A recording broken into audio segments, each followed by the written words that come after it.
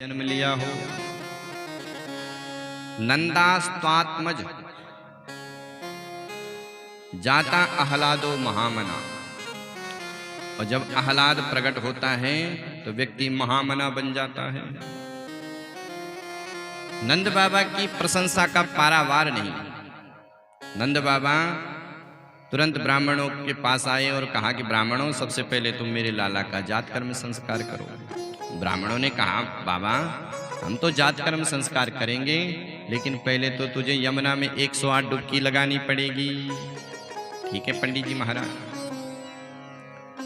अब महाराज पंडित जी के कहने पर बाबा ने 108 डुबकी लगाई और जैसे आए तो कहा कि बाबा चलो अब पूजा करो। सबसे पहले ब्राह्मणों ने स्वस्ति वाचन किया। वाचयित्वा स्वस्तयनम जात कर्मात्मजस्य वै कारयामासु विधिवद पितृदेवार्चनम तथा। कारयामासु विधिवद पितरों और देवताओं की अर्चना हुई। एक प्रश्न उठता है कि महाराज, जब घर में सूतक लगता है तो पूजा तो बंद हो जाती है। बोले जब तक बच्चे का जो नालक छेदन होता है, जब तक उसका भेदन नहीं हुआ तब तक सूतक नहीं लगता है। तो नालक छेदन से पहले नंद बाबा ने विधिवत पितरों की पूजा और देवताओं की पूजा करी। ब्राह्मण कहते कि नंद बाबा पाद्यम समर्पयामी। अब नंद बाबा ने जल चढ़ाना था और जल की जगह दूध चढ़ा रहे हैं। ब्राह्मण देवता कहते हैं कि गंध अक्षत पुष्पाणि जलम समर्पयामी। बाबा टिक्का लगाओ, और नंद बाबा फूल चढ़ा रहे हैं। ब्राह्मणों ने कहा कि बाबा तेरा मन कहाँ है? हम कह रहे कि तिलक लगाओ, तुम चावल चढ़ा रहे हो, फूल चढ़ा रहे हो। ब्राह्मण कहते हैं कि अक्षतानि समर्पयामी। बाबा चावल चढ़ाओ और बाबा तिलक लगा रहे हैं। ब्राह्मणों ने कहा कि नंद बाबा तेरा मन नहीं है पूजा में, बात क्या है? नंद बाबा कहते कि पंडित जी महाराज, मेरा मन तो अपने छोरा पर अटको है कि कब मैं उसका दर्शन करूं। ब्राह्मण कहते हैं कि बाबा चिंता मत कर, तू तो हमको संकल्प दे जा, बाकी आगे का कार्यक्रम हम खुद ही कर देंगे। तो ब्राह्मणों ने तुरंत संकल्प पढ़ा महाराज, और संकल्प में नंद बाबा ने क्या दान किया? धेनो नाम नियुते प्रादाद विप्रेभ्यो समलंकृते तिलांद्री सप्तरत्नौघा कौम्बावार परावृतान। धेनु नाम नियुते प्रादाद। नंद बाबा ने 2 लाख गायों का दान किया। अब उस समय गौ का ही धन था। पुराने जमाने में जिसके पास ज्यादा गौ होती थी वो धनवान होता था। गौ धन, गज धन, वाज धन और रतन धन खान। रतन और पैसा तो अंत में होता था, उसका नंबर लास्ट था। तो 2 लाख गायों का दान किया और 7 रत्न अन्न के दिए। चावल, गेहूं,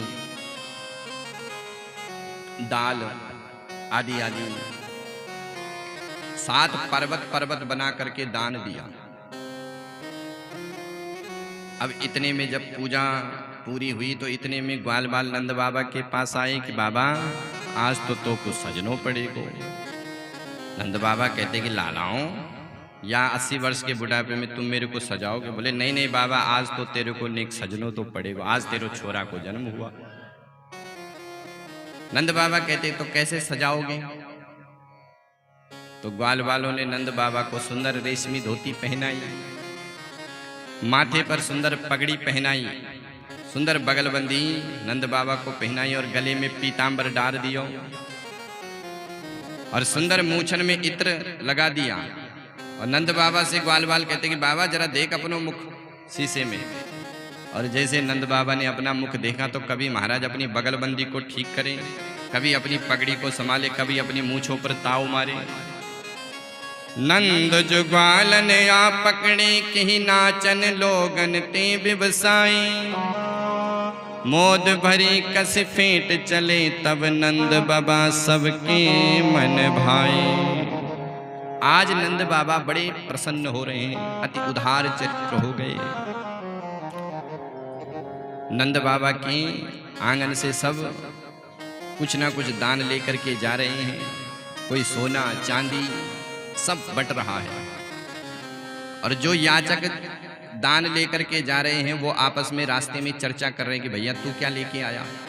एक कहता है कि देख मेरे पास चांदी की कटोरी, दूसरा कहता है अरे जा रे तू चांदी लेने गया, मेरे पास देख सोने की थाली। बोले भैया सोने की थाली कहाँ बट रही है? बोले 3 नंबर के दरवाजे पर। उसने चांदी की कटोरी फेंकी और सोने की थाली लेने के लिए गया। थाली लेकर के जा रहा था, रास्ते में एक और मिल गया, भैया तू क्या लेके आया? बोले देख सोने की थाली।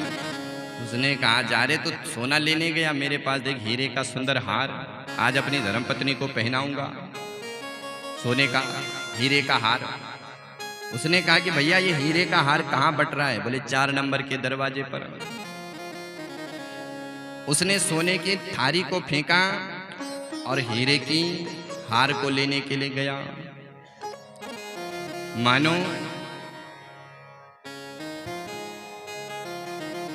मानो आज नंद बाबा दोनों हाथों से लुटा रहे हैं, लेकिन महाराज खजाना लुटता ही नहीं है। सुखदेव जी कहते परीक्षित, नंद बाबा दोनों हाथों से लुटा रहे हैं लेकिन खजाना खाली नहीं हो रहा है। ऐसा लगता है मानो श्रीदेवी लक्ष्मी आज अपने प्रियतम के जन्म महोत्सव में खूब नृत्य कर रही है, और ऐसा महोत्सव होते होते बहुत समय बीत गया। अचानक नंद बाबा को याद आई कि भैया हम हर वर्ष कंस का कर देते हैं। कंस ने इनकम टैक्स लगाया है, राज कर, और यदि समय पर कंस का कर ना दें तो कंस गड़बड़ करेगा। इसलिए नंद बाबा ने अपने लाला की रक्षा ग्वाल वालों को दी और स्वयं मथुरा में कर देने के लिए गए। गोपान गोकुल रक्षायाम निरूप्या मथुरांगताः नंदः कंसस्य वार्षिक्यां करम दातु कुरुद्भवाः। सुखदेव जी कहते हैं हे कुरुद्भवा, हे परीक्षित, नंद बाबा ने अपने लाला की रक्षा ग्वाल वालों को सौंपी और मथुरा में कर देने के लिए गए। मथुरा में जैसे कंस का कर दिया और वापस आ रहे थे कि वसुदेव जी ने नंद बाबा को देख लिया। वसुदेव जी ने मन में विचार किया कि मैं तो अपने छोरा को नंद भवन में छोड़े आया और नंद बाबा मथुरा में घूम रहा है, क्या चक्कर है? पूछा तो सारी कहानी बताई।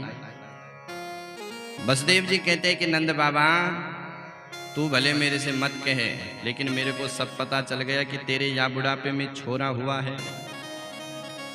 नंद बाबा ने कहा कि मित्र, ये सब तुम्हारा ही आशीर्वाद है, लेकिन मैंने अपनी प्रशंसा, अपनी प्रसन्नता तुम्हारे सामने व्यक्त इसलिए नहीं करी कि मुझे पता चला है कि दुष्ट कंस ने तुम्हारे 6 संतानों की हत्या करी है।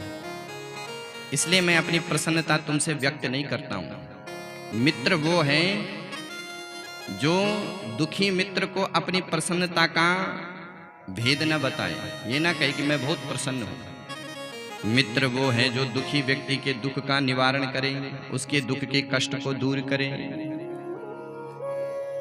कुफत निवार सुपंत चलावा। मित्र कौन है? जो अपने मित्र के कुफंत को, जो उसकी बुरी आदत है, उसको छुड़ाए। मित्र वो नहीं है कि जो बीड़ी पीना सिखाए, शराब पीना सिखाए, वो मित्र नहीं है। मित्र वो है जो अपने मित्र को सतमार्ग का रास्ता दिखाए, अच्छी शिक्षा दे, वो वास्तव में सच्चा मित्र है। कोई व्यक्ति बीड़ी पीता है, भांग पीता है, और उसको वो समझा रहा है कि भैया जो तेरा जीवन है इसको तू अच्छे से जी, तो वास्तव में वो मित्र है। कुफत निवार सुपंत चलावा, गुण प्रगटय अवगुणय दुरावा। जो अवगुण को दबाने का प्रयास करता है, सद्गुण को प्रकट करवाता है, वही तो वास्तव में मित्र है। जेन मित्र नहीं होई दुखारी, तिनई बिलोकत पातक भारी।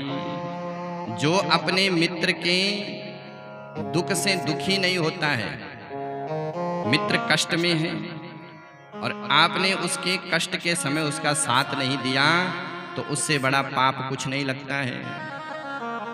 मित्र का सहयोग करो, ये मित्र की परिभाषा है। भगवान राम ने जब सुग्रीव को अपना मित्र बनाया, तो भगवान राम का दुख कितना बड़ा था और सुग्रीव का दुख तो बहुत छोटा था, केवल उसका तो राज्य ही छीना गया। राम जी की तो पत्नी ही खोई हुई थी, लेकिन राम जी ने अपने दुख को एक रज के समान मान लिया। निज दुख रज कर, निज दुख गिरि सम रज कर जाना, मित्र ही दुख गिरि मेरु समाना। मित्र के दुख का निवारण किया। तो नंद बाबा ने कहा कि वसुदेव, मुझे पता चला कि कंस ने तुम्हारी संतानों की हत्या करी है, पर वसुदेव जी को तो अपने लाला की पड़ी है। वसुदेव जी ने कहा कि नंद बाबा, मैं ज्योतिष को बड़ो भारी पंडित हूं और मैं तेरी ललाट की रेखा को देख करके कह रहा हूं कि तेरे घर में कुछ उत्पात होने वालों है, तो अपने गोकुल को चले जा। अब महाराज नंद बाबा तो गोकुल की ओर जा रहे हैं। नंद बाबा तो पहुंचे नहीं, कन्हैया की मौसी जी पहुंच गई। कंसेन प्रहिता घोरा, पूतना बाल घातनी, शिशुश्चारम निगनहंती, पुरग्रामा व्रजादिषु। नगर ग्रामों में भ्रमण करती हुई पापनी पूतना नंद भवन की ओर आ रही है। पूतना ने सुना कि नंद के आनंद भयो जय कन्हैया लाल की, तो उसने विचार किया कि लगता है किसी का पूत भया है और मेरा नाम है पूतना, जो पूतान भक्षति, जो पुत्रों को खाए। पूतना वो है जो दूसरे के बालक को देख ना सके, वही पूतना है। दूसरे के बच्चों को जो सहन ना कर पाए। तो पूतना ने मन में विचार किया कि किसी का पूत हुआ है, वो मेरा नाम है पूतना। तो उसने महाराज सुंदर स्वरूप धारण किया, श्रीदेवी के समान, लक्ष्मी के समान वो बन गई। और सबने यशोदा मैया को बधाई दी, तो उसने भी नाटक किया, यशोदा मैया तेरे को बहुत बहुत बधाई हो, मैं तेरी बहन हूँ। यशोदा ने मन में विचार किया कि ये मेरी कौन सी बहन है, पर सबको यश देने वाली यशोदा ने कहा कि बहन, तू ऐसा करके मेरे लाला का दर्शन कर ले। अब पूतना जो है पलने की ओर जा रही है भगवान को मारने के लिए, और भगवान ने तिरछी निगाह से देख लिया कि मौसी जी आ रही है।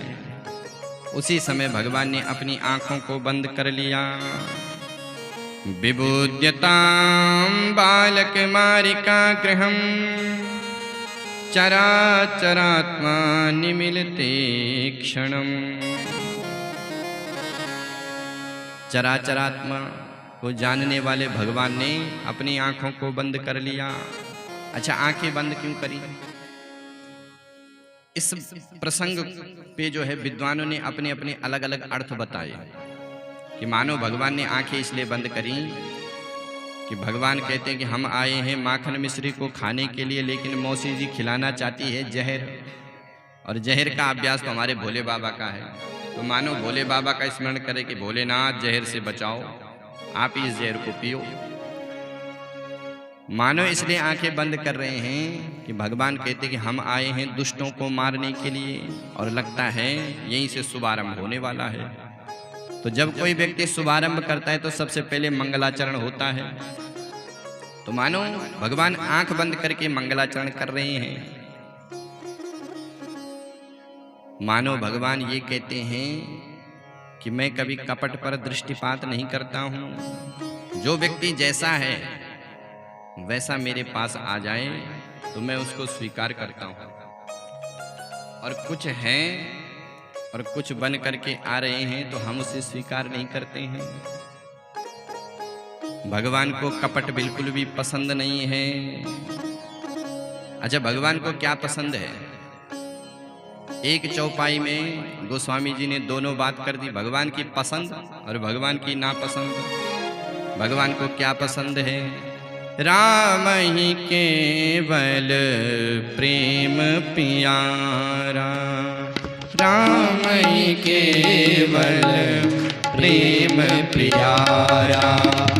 जान ले जो जानन हारा, जान ले जो जान निहारा। निर्मल मन जन सो मोहि पावा, निर्मल मन जन सो मोहि पावा। मोहि कपट छल छिद्र न भावा, मोहि कपट छल छिद्र न भावा। निर्मल मन जन सो मोहि पावा, निर्मल मन जन सो मोहि पावा। मोहि कपट छल छिद्र न भावा, मोहि कपट छल छिद्र न भावा। निर्मल मन जन सो मोहि पावा। तो भगवान को क्या पसंद है? बोले निर्मल मन। निर्मल मन मोहि सो मोहि भावा, मोहि कपट छल छिद्र न भावा। भगवान को कपट अच्छा नहीं लगता है। जो सरल है, जो सीधा है, वही भगवान को पसंद है। कोई व्यक्ति भीतर से कुछ है और बाहर से कुछ दिखावा करे तो भगवान दूर से उसके सामने से हट जाते हैं कि भैया ये कुछ है और कुछ बन करके आ रहा है, सरल बनो। सरल में ही भगवान मिलते हैं। और नवम सरल, नवदा भक्ति है, उसमें श्रेष्ठ भक्ति है सरल भक्ति। जैसे हमारे पूज्य शास्त्री जी हैं, हमारे सुभाष शास्त्री जी, कितने सरल हैं, सब कुछ जानते हैं, कर्मकांड सारा कुछ पता है, पूरा विधि विधान, लेकिन कभी भी ये नहीं कहते हैं कि पंडित जी ऐसा नहीं ऐसा है। ये सरल है, जो है सब ठीक है। और वास्तव में सरल को ही भगवान मिलते हैं। हमारे पूज्य शास्त्री जी ने पिछली बार अपनी धर्मपत्नी के मोक्षार्थ के लिए भागवत कथा करवाई। वो उनकी व्यक्तिगत कथा थी और ये जो कथा है ये है तो इन्हीं की, लेकिन इसमें सब लोग सहयोग कर रहे हैं। अब कोई व्यक्ति अपनी इच्छा से अगर सहयोग करे तो मना भी नहीं होता है, लेकिन मांग किसी से नहीं है। कोई ये नहीं कह रहा है कि आपको देना ही है। पिछली बार तो इनकी धर्मपत्नी के मोक्षार्थ के लिए कथा थी तो इन्होंने किसी से मांगा नहीं, भले भक्तों ने तो इनका सहयोग किया क्योंकि इनके कई भक्त हैं। तो इस बार भी जो है ये समस्त ग्रामवासियों के पितरों के मोक्ष के लिए कथा हो रही है। देखो, जहां भाव होता है वहीं कल्याण है, जहां श्रद्धा है वहीं कल्याण है। श्रद्धा से अगर आप 1 रुपए भी दो तो भी कल्याण है, दिखावा नहीं होना चाहिए। तो ऐसे पूज्य शास्त्री जी सरल हैं और वास्तव में भगवान सरल को ही मिलते हैं। कोई व्यक्ति कितना भी अपने को महान माने, कितने सरल है। और इनके जो बड़े भाई हैं श्रीमान विद्यासागर शर्मा जी और इनके पुत्र महाराज रोहित शर्मा जी, क्या सेवा करते हैं। ये सरलता है। सब कुछ जानते हुए भी अज्ञानता की तरह हमसे आचरण करते हैं। हम तो अभी बालक हैं, इनके सामने हम कुछ नहीं हैं, लेकिन फिर भी सबई मान प्रद आप अमानी, सबको मान देने वाले हैं, सम्मान देने वाले हैं। हमने महाराज एक भक्त की कथा सुनी। एक भक्त बड़ा सरल था, पर वो सरल तो था लेकिन खाता बहुत था। दिन रात भोजन करे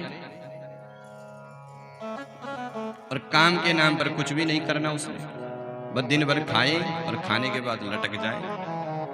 अब जो दिन भर खाए तो काम क्या करे, घर वाले उससे परेशान हो गए। जब वो भोजन करता महाराज वो खाता ही जाता। किसी ने उससे पूछा कि भैया बीच बीच में पानी भी तो पी। उसने कहा कि महाराज बीच तो आए तब तो पानी पीऊं, उसका बीच ही नहीं आता है, बस खाता जाए। एक व्यक्ति ने कहा कि हर कोई व्यक्ति अपने खाते का खाता है, दूसरे के खाते का कोई नहीं खाता है, सब अपने अपने खाते के ही खाते हैं। तो महाराज वो बहुत खाता था, घर वाले इतने परेशान हो गए कि उसको घर से निकाल दिया। बोले निकल जाओ यहाँ से, जब काम करके कुछ रहोगे नहीं तो घर से निकलो। अब वो घर से तो चला गया, लेकिन अब जाए कहाँ। उसने देखा कि एक आश्रम है और आश्रम में महंत जी बैठे हुए हैं, हृष्ट पुष्ट तंदुरुस्त। उसने सोचा कि ये अच्छा खाते होंगे तभी तो ऐसे हृष्ट पुष्ट हैं।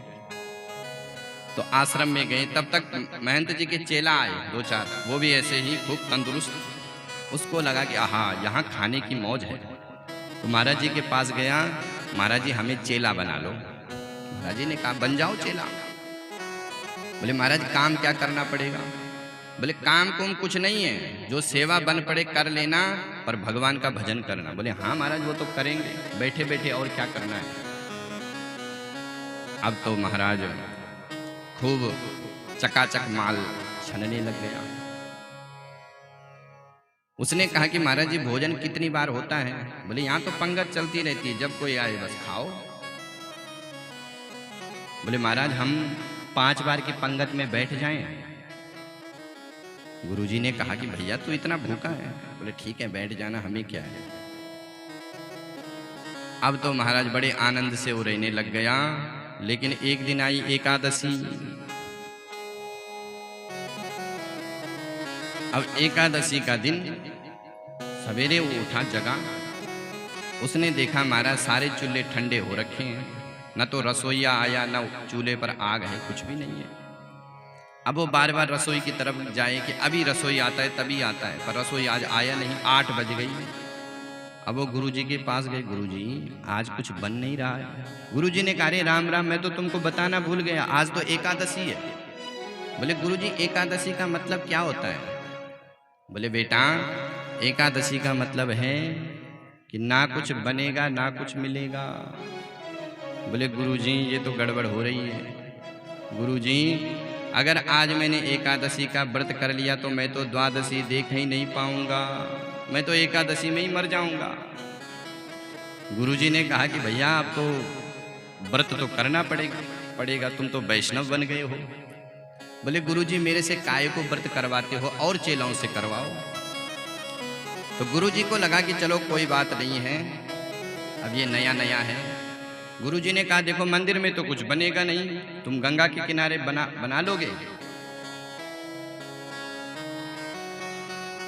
उसने कहा कि भैया मरता क्या ना करता, हम सब बना लेंगे, आप तो बस सामग्री दो। तो गुरुजी ने गुड़, घी, मिर्च, तेल, आटा आदि सब दिया। बोले जाओ गंगा के किनारे बनाना, लेकिन भगवान को भोग